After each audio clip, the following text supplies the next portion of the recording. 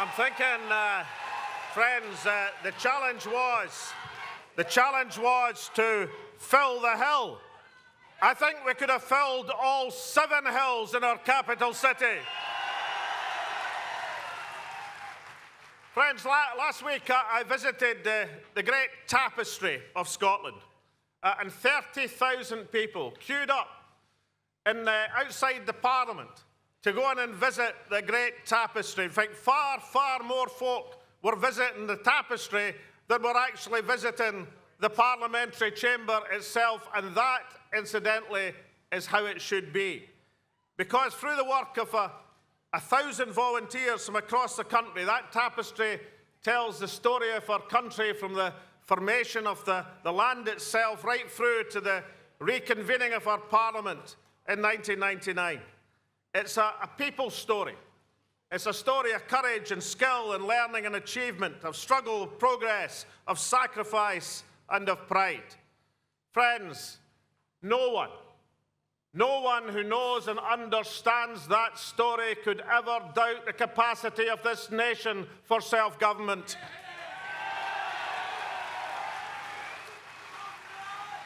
So we have now before us, in 362 days' time, the opportunity of a lifetime to vote this nation into a new future of prosperity and equality, and to do so in a totally civic, democratic and peaceful manner. Now, the forces ranged against us are powerful and great. For generations, they have bred on fear and doubt. They peddle fear.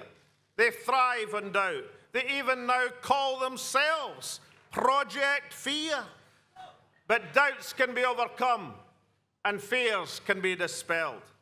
For 40 years, this nation's resources have bankrolled Westminster, but for 40 years, they've told us we're subsidised. For 50 years, they have polluted this country with missiles and bombs and told us it was all for peace. For a quarter of a century, they have promised social progress, but delivered the 4th most unequal society in the developed world. These forces are powerful. But look around, friends. Feel your strength. We gathered here are the change we wish to see.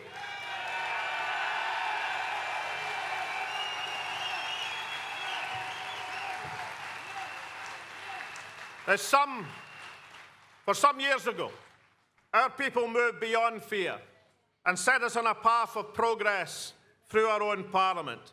There is now in this country a natural majority for a yes vote, because the instinct of our people is that their own parliament should control the economy, should control welfare, and should decide on Trident.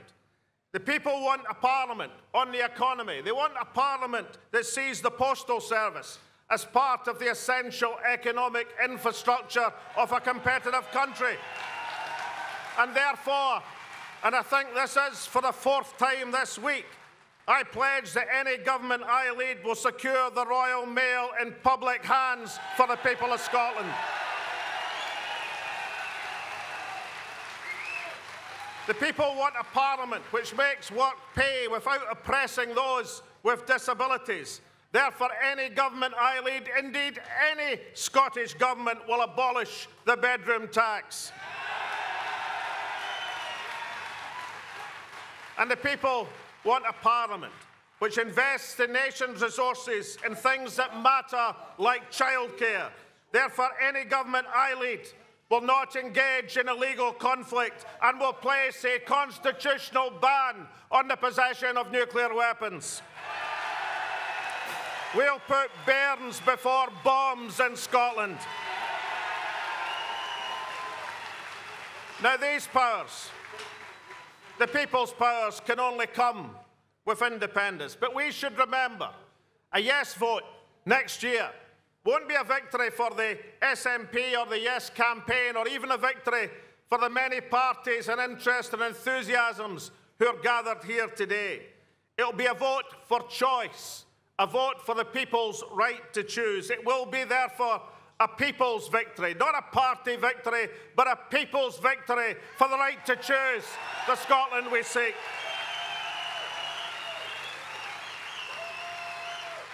It will be an act of self-confidence and self-assertion.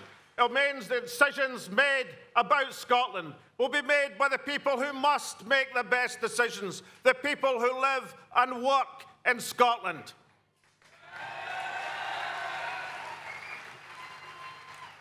So therefore, we're a lucky generation to achieve the powers that the people want, to win a French start, to change our community, our country for the better. We only need to say the word, to put our country on that path of hope, optimism and achievement, to put the disappointments and the missed opportunities of the past behind us. We only need to say yes.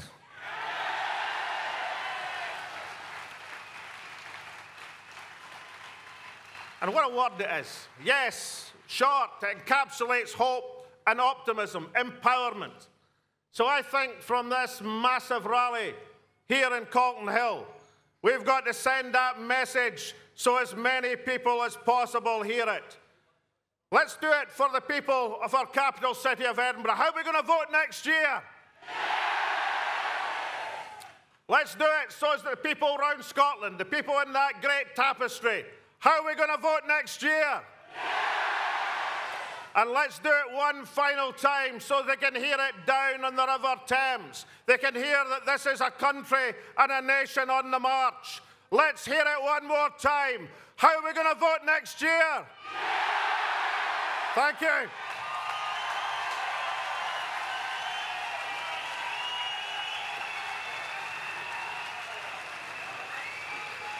He may have lost 2 stone, but he's no less of a man now than he's always been, our First Minister. Now,